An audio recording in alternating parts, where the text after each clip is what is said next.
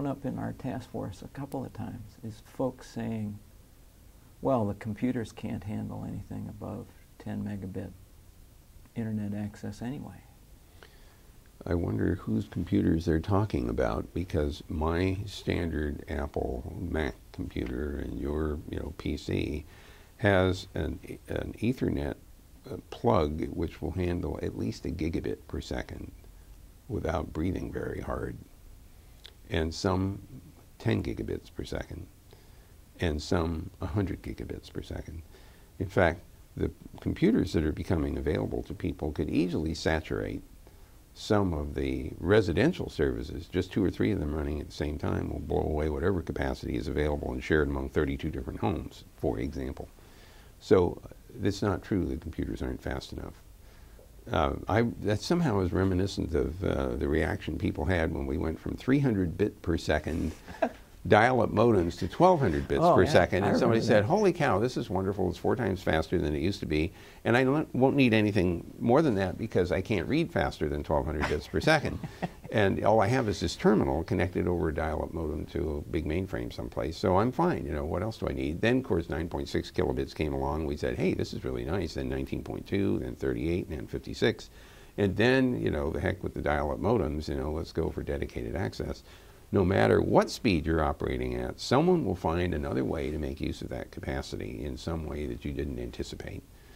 And certainly when we see this Internet of Things arising, when we see devices and appliances and sensor networks and things like that, at home, at work, in the car, and on our person when we carry things around, those things are going to consume a significant amount of capacity in the aggregate. And so we will need it in the backbones, and in many cases we'll need it at the edges of the net as well. Okay, here's another sort of sub-question. One of the things that we are really interested in is sort of the economic development side of all this. You've run into this before. Think out to 2020 again, look back.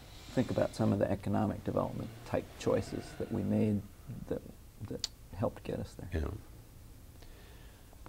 I wish that I had a better predictor of what the economic opportunities are as we bring in higher speed internet services, but I would say that there are companies that could not have existed effectively in the past without having higher speed access to the net. Facebook, for example, or Flickr, or any of the services involve imagery, YouTube. None of those could exist without the broadband internet capability, both uploading and downloading. Now, I don't mean to suggest that adding bandwidth is the solution to creating all new possible businesses, but I believe that as we begin to decompose or deconstruct businesses into different functions, that having reliable, let me emphasize, reliable and maybe even alternative broadband access to the internet might allow you to organize a company around some core key service or product or capability and literally outsource a number of other functions to specialists. So it happens now. I mean, payroll is done by some company over here, or tax preparation is done by some company over here, or accounts payable or accounts receivable. If you have broadband access and if you have reliable access, you may actually create opportunities for companies to provide these internal functions on an outsourced basis. And that might build up some rather interesting business structures where a company specializes in a particular part of business operations. Eventually, of course, the economics might say, well, it's better to bring it in-house, but that's an economic decision. You'd like to have the technological option of choosing a service provider or doing it in-house and making that decision on purely economic grounds. Today, you don't get to do that if you don't have adequate capacity and reliable access to the internet to enable that kind of deconstruction of your business operations. This also raises some interesting questions about how global businesses operate, because with adequate capacity and reliable access to the network, as you disperse the company functionality, it may be possible to allow the pieces of the company to interact together in ways that they wouldn't normally be able to do. Now, none of this overcomes the time zone problem. And so, you know, if you happen to like video conferencing, but you don't like to be up at 3 o'clock in the morning, I'm sorry, but you know, if you're 12 time zones away, we can't help Maybe there's that. a facial improvement we don't have a good solution to that problem. But we do have, I think, opportunities to structure businesses differently when they have access to reliable network-based services. We can also see companies' systems interacting with each other. So your accounts payable system is reacting with my accounts receivable and vice versa. Your order entry system is dealing with my supply chain system. I'm expecting to see more and more of those kinds of applications taking place. Sometimes this goes under the rubric of service-oriented architectures. Sometimes it's called Web 2 or Web 3. But they all have the characteristic that somebody's system over here is interacting with somebody else's system. And having reliable broadband access simply improves that. I want to emphasize that high-quality authentication of the endpoints is needed to make this safe. And, of course, cryptography may be needed in order to make it confidential. And those are things we have to pay attention to, because business does not like to operate in risky environments.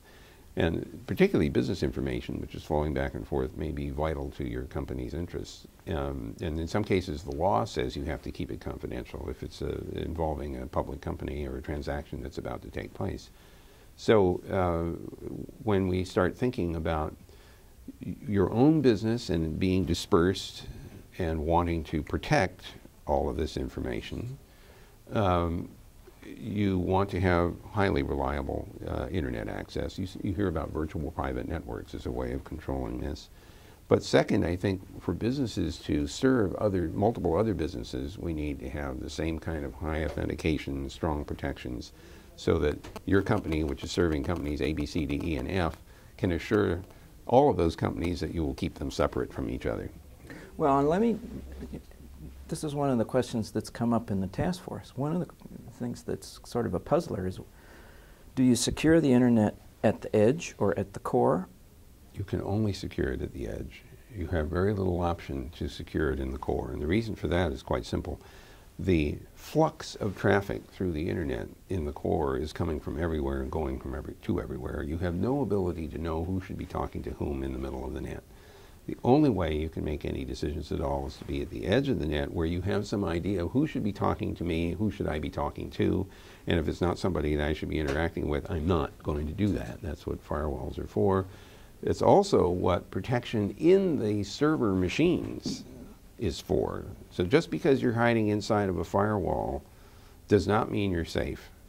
Infections occur inside the virtual private network. So every machine really needs to be configured to protect itself, to be suspicious about who it's interacting with, to insist on end-to-end authentication, and maybe also end-to-end confidentiality.